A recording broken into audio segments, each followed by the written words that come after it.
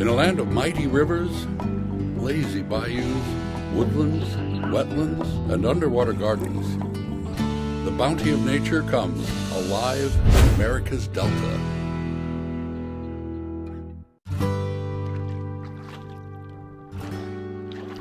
This is a story about the price of progress, the challenges of mimicking the mysteries of the natural world, and the value of commitment to a cause greater than most, the survival of a species. It is a story of loss and recovery, but most of all, it's a celebration of hope that is born of new beginnings and the majestic return of the whooping crane.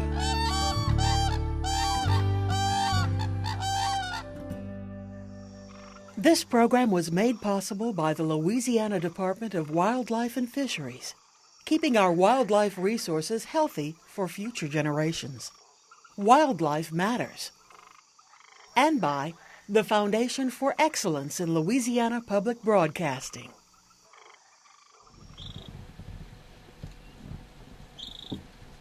My heart just beat fast. It was just, everybody was smiling from ear to ear. It's an experience that I can't adequately describe because it was so wonderful to have them back. In 2012, a group of young whooping cranes, one of the world's most majestic and endangered species, was painstakingly transported to this remote patch of marshland in western Louisiana. This complex operation was part of an intensive international rescue effort to ensure the survival of these striking creatures. They have soared above the earth for 60 million years, but by the early 1940s, only 21 adult birds separated the species from extinction. Of the more than 400 whooping cranes that exist in the wild today, a small but growing number are trying to make a comeback in the coastal wetlands their ancestors once called home. With a height up to 5 feet, the whooping crane is the tallest bird in North America. On the ground, an adult crane's torso appears all white, but in flight, the 7.5 to 8 foot wingspan is tipped in black. Distinctive red crowns cap their heads, and like other wading birds, they explore their world with a long, dagger-like beak. Whooping cranes are formidable. When you walk up to a whooping crane, they're 5 feet tall, so they're, standing face to face. Their beak is massive. But it is their call which is perhaps most recognizable, the whooping sound for which they are named. Their calls are unmistakable. They're loud and can be heard for over a mile away. They'll call early in the morning, they'll call to identify their territory, and a bonded pair of cranes will perform an impressive unison call and dance as part of their breeding courtship behavior. Historically, migratory flocks traveled thousands of miles each year from northern Canada as far south as Texas, Mexico, and Florida, and then back again. But since the start of the 20th century, massive changes to the American landscape meant a dangerous decline for the whooping crane. Much of the crane's prairie grassland habitat was transformed for agricultural use. After the railroad broke across the Chaffly River heading west, it became more settlements and farms, and the habitat alteration was a big blow to the whooping cranes that existed in Louisiana. And like most of America's other birds and waterfowl, they were also hunted. People lived off the land and they did shoot them and eat them. Ultimately, we are responsible for the decline of this species. It was human actions that altered the habitat or that shot the cranes. So we're responsible for bringing them back. In the early 1800s, Louisiana had the largest concentration of whooping cranes in the country. Because of its vast wetland system and temperate to tropical climate, Louisiana had been home to both migratory and non-migratory groups of whooping cranes. But by the 1940s, Louisiana's cranes had declined to only 13 individuals. One storm all but wiped out that flock. One of the last few birds was found injured in Evangeline Parish. But what to do with her? When someone captures a bird that's that rare, you of course go to the authorities and say, what do I do with this bird? And the closest zoo was the Audubon Park Zoo. And so they decided to put her there. Affectionately named Josephine, She sparked the public's imagination and inspired a lifelong dedication to these birds for many at the time, including Mary Lynch Corville. Josephine is probably one of the most renowned cranes in the world because she was the first captive crane to actually lay within that captive area and hatch chicks. Her celebrity lasted 24 years, but sadly, of her hatchlings that reached adulthood, none survived to reproduce. That brought an end to the genetic line for Louisiana's whooping cranes. Meanwhile in Texas, the last remnants of a small wild flock known as the Aransas wood buffalo whooping cranes struggled to survive. They were named after their migration route, a 2,500-mile flight from southeast Texas to the Northwest Territories in Canada. This particular flock of whooping cranes has been coming to Aransas for who knows how many generations, but what we do know about the flock is that it got down to about 15 birds in the early 1940s. Groups like the National Audubon Society helped spread the word about how close the species was to extinction. Scientists knew they were in a race against time to find ways to save the birds. One of our greatest fears has been that a catastrophic event may happen, like an oil spill, hailstorms, those type of freak weather events, late season hurricanes. The fact that they do winter in a relatively limited geographic area here on the Texas coast makes the population particularly susceptible to those type of catastrophic events, such that if an event like that would happen, it may very well wipe out the flock forever. As the Aransas wood buffalo whooping cranes slowly began regaining their numbers, U.S. and Canadian biologists looked for other ways to ensure the survival of the species. They collaborated to collect eggs from the wild flock and began the difficult work of creating a captive flock breeding program. There was much to be learned about the behavior and biology of the whooping crane. Cranes are monogamous birds, and the female will not come into breeding condition, nor will the male, unless he has the proper relationship with a mate. George Archibald is the world's leading expert on cranes. He developed many of the breeding and rearing techniques in use today. In 1976, he began working with Tex, a female crane that, for 10 years, researchers had unsuccessfully tried to mate with a male crane. But she was not interested in cranes, she was interested in humans. She was imprinted in humans. So I volunteered to work with her. I would go out and dance with her and follow her around when she wanted me to.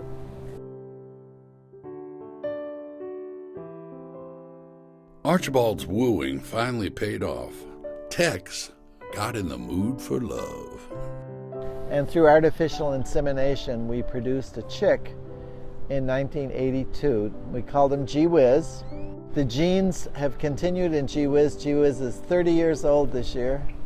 He's produced many, many chicks, and there are generations of his offspring, of Texas offspring, alive and wild in the new populations in Wisconsin and in Florida and Louisiana.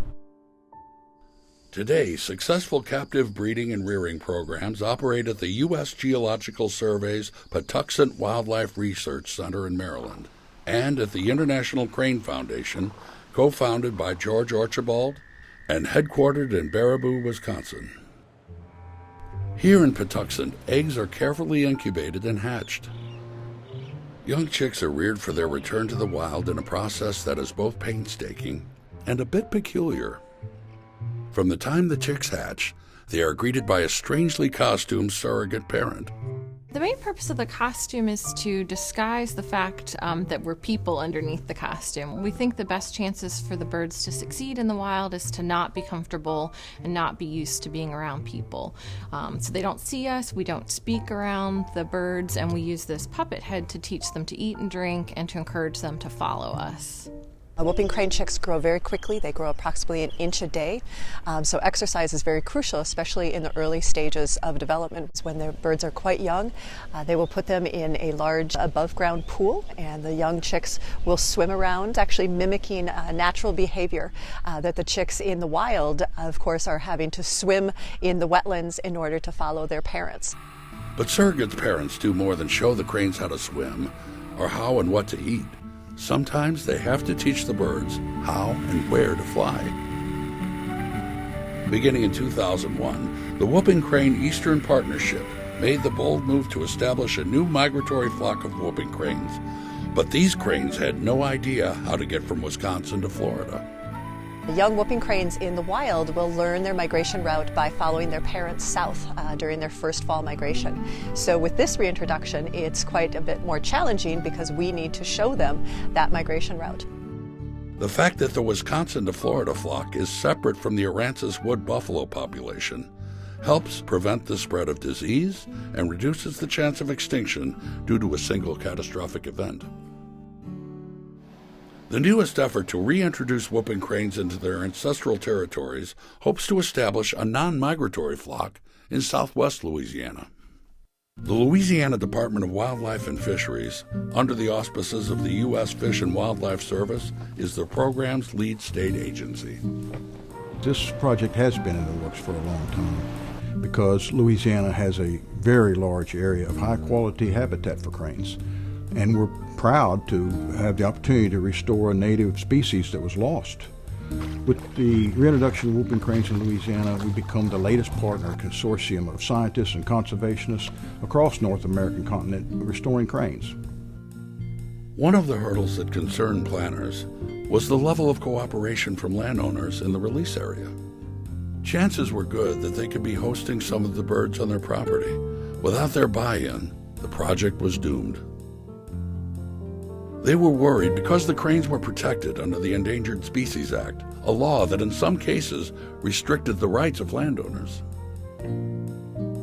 The coalition was able to avoid these restrictions by having the Louisiana whooping crane population designated as non-essential experimental under a clause in the law.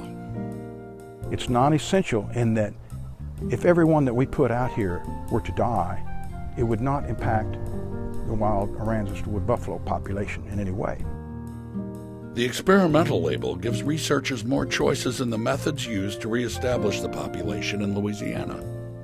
And so this experimental non-essential clause provides the flexibility to allow us to recover these species populations and in a way that does not threaten the livelihood of the landowners and the people working on the landscape.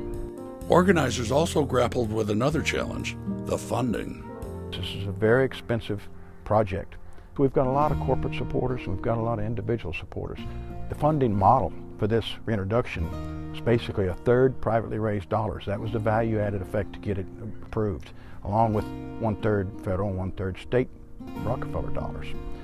You know, Rockefeller Refuge has a long history of restoring species, American alligator, the bald eagle, the brown pelican. And so this is the next species in line.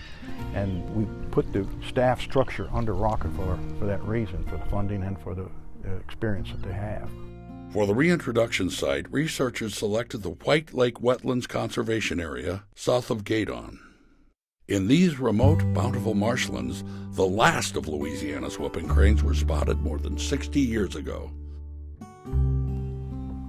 Protecting the new whoopers when they arrived was a high priority. The release pen that was built is a predator-proof pen that consists of two parts, a smaller covered pen and a larger open pen. The birds are initially in the covered part and then are released to the open part.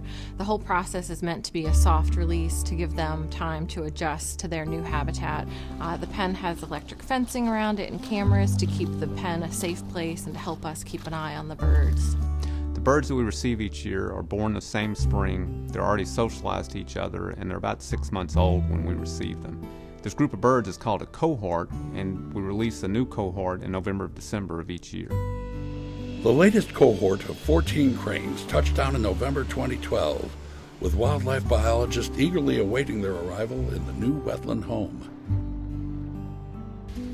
The birds were examined carefully before being released into the covered pen. One very long, very stressful day for the young birds and their caretakers.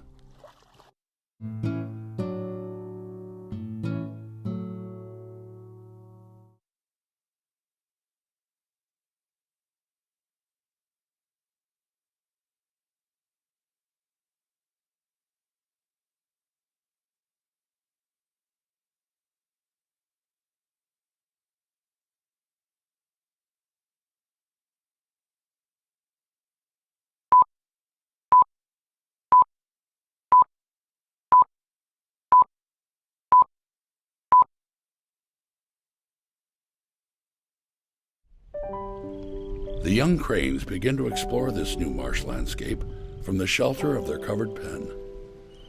They'll remain protected there for a few weeks and hopefully become aware of the predators present in the marsh. They'll also transition to a new, natural diet.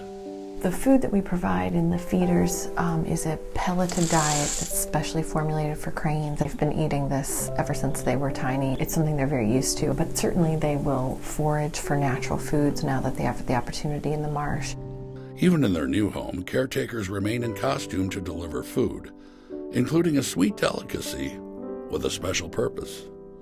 The chicks were exposed to grapes as a treat food item when they were still at Patuxent. And the main reason we want them to have sort of a treat that they'll eat is if we do have to medicate somebody. Caretakers examine the young birds closely for any problems. With so much at stake, every precaution is taken to ensure their survival. There was one bird that was hanging back, and when I got her to sort of lift her head off her back, I saw that she had cracked her beak. So I gave her a couple of cranberries with a little bit of medicine in them. And it was only cracked back probably about 1 centimeter, so it should heal just fine, but we'll keep a close eye on it. Like many visitors to this region, the cranes enjoy sampling Louisiana's indigenous cuisine. There's an extensive menu to be found in the fields of rice and crawfish, as well as the rich marshland habitat. All of our wading birds will pretty much eat anything in terms of crawfish and fish and frogs, and it's the same way that whooping cranes are. They're very opportunistic, but they also eat a lot of tubers, the real starchy portion of the plant roots. They'll glean the seed heads off of some of the plants. We know that they eat crawfish, and the Aransas population eats a lot of crabs, so crustaceans appear to be a big part of their diet. You have different personality types in these birds. There are some that are more aggressive than others. What I was trying to do here was to make sure that the more timid bird was able to get a taste of crawfish, and so what I had to do was to become the dominant in this particular situation. And so as you see, I had to get taller than this other dominant bird, and you can see him sort of shrinking back. But ultimately, that doesn't last very long, because then you end up having this bird coming back in and stealing the crawfish. But everybody gets a crawfish in the end. The juvenile cranes are growing fast and quickly acclimate to their surroundings, but one more precaution is taken before they can be released from their protective pen. Each bird gets a unique color-coded band combination, so that when they are out on the landscape, we can identify them from a distance. Using binoculars, we can use these color combinations to identify the individual that we're looking at. Every one of our birds gets a satellite transmitter that enables us to track that bird over a large landscape scale. We collect data every 2 to 3 days. About less than half of our birds also get what's called a VHF transmitter, and that gives us real-time data. Now the crane's adoptive parents are able to keep close tabs on these unruly juveniles. Good thing, they have already shown signs they are ready to spread their wings. But like many teenagers ready to show their independence, their first attempts may lack finesse. Sometimes on their first big flight, they might be a little bit awkward looking in their steering or in their landing. They get the hang of it really quick, but sometimes they're just not quite as graceful on those first few flights. Although the young birds are now free to come and go, they will be provided with supplemental food in the open pen for a few more weeks while they adjust to foraging for their entire diet. Well, once the feeding stops, and depending on the water levels at the pen site, the birds will start dispersing from the pen across the southwest Louisiana landscape. And we've had the birds go as far as Texas, but they've come back. And they're basically just exploring the area and trying to understand, what are areas that they can settle in. Once they've settled, they stay there for a considerable amount of time. That's the benefit of the GPS points. They allow us to understand what habitats these birds are using to forage or to roost. And they also allow us to understand the dynamics of the flocking, the social groups that establish once they're released from the pen site. Staffers have mixed feelings as the cranes venture out. Along with their freedom come new dangers for the birds. In their first year of life, whooping cranes face a 50% chance of survival. One way they can enhance their odds of success is by using the environment to their advantage. The cranes spend much of their time in shallow water, Roosting in the water at night allows them to hear the sound of predators approaching. Another survival strategy is safety in numbers.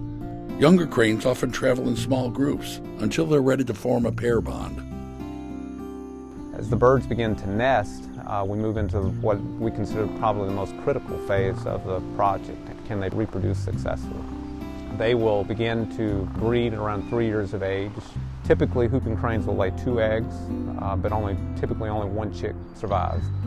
And so when it comes to recovering a species like this, every single bird is important. A breeding pair will establish a territory that might encompass a mile and will build a floating raft nest they will fiercely defend.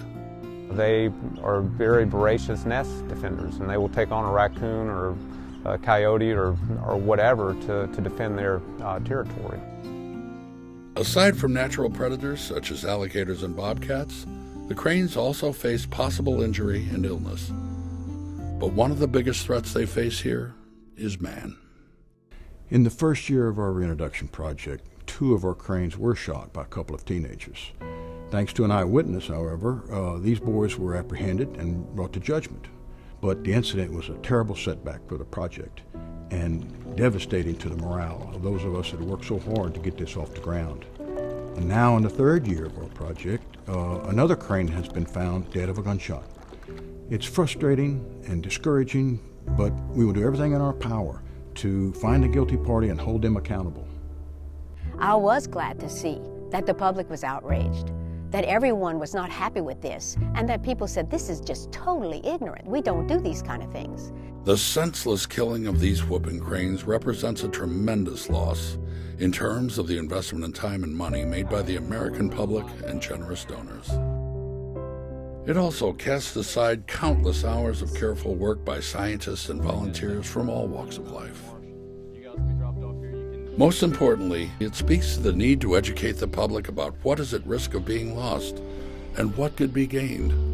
Most wildlife in Louisiana occurs on private land, so the role that these farmers play in protecting this wildlife resource in this region of the state is critical. And we've had tremendous response. We're monitoring landowner responses, and it's been overwhelmingly positive. Building relationships with property owners who may host the cranes helps to instill an appreciation for the birds. It's been nice having them around. You got in the morning and you look for them, and they're such graceful birds. And just enjoy having them on the farm. And they watch out for that bird. They call me if there's a problem, and that's what we need. We can't be out there all the time, and so it's just wonderful to be able to rely on such an outpouring of acceptance and excitement for the project. Another key element is public education, but that also takes resources. It was a big challenge to try to elevate the cultural respect for your wildlife resources in this region of the state, and we didn't have the money to do that.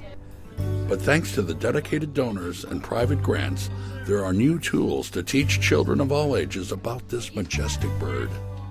We developed a series of workshops for educators, primarily formal educators, but also informal educators. The whooping crane reintroduction program is so new, and whooping cranes have not been here, as you know. So teachers consequently are not familiar with the subject matter, and students do not know at all about this bird.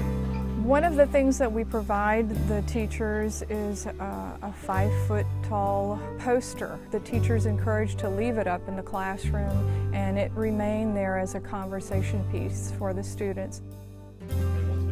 Teachers also have new technologies to help spark the interest of budding scientists, putting GPS units in classrooms so students can learn how scientists monitor the whereabouts of the cranes. We all know that students love technology, so this is an easy way to their heart. Success of Louisiana's reintroduction program depends upon public support, sound scientific research, and the dedication of scores of biologists, caretakers, and community partners. Proof of the possibility of success can be found a few hundred miles to the west, in Aransas, Texas. There, an annual festival celebrates the incredible comeback of the whooping crane flock that defied extinction. We carry about 5,000 people a year. on the boat, and then Wharf Cat does about the same. So the unique thing, and then you talk about the natural history and our natural resources, all of this area counts on birders. They come from all over the world. If you look across the island, of the thousands that visit the Texas coast, it's hard to tell how many arrive hoping to encounter that rare and exquisite creature with the voice of the wild. It's such a beautiful bird, and people love looking at them and admiring the fact that they have recovered. But there is a balance there. We remind people that these are wild creatures in a wild environment. You need to keep your distance and be quiet around them. Try not to disturb them and treat them with respect. The future of Louisiana's whooping cranes may hinge on our citizens' willingness to treat them with respect. Stakeholders hope that continued outreach efforts and education will ensure all Louisianans will come to value these amazing creatures. Their future, at least in part, is in our hands. Well, this is at least a 20-year project. It's not going to happen overnight. We intend to stay the course, and we think we're going to be successful. If you ever look a whooping crane in the eye and see their determination and visual acuity and watch their behavior, you know that bird is going to uphold its end of the bargain.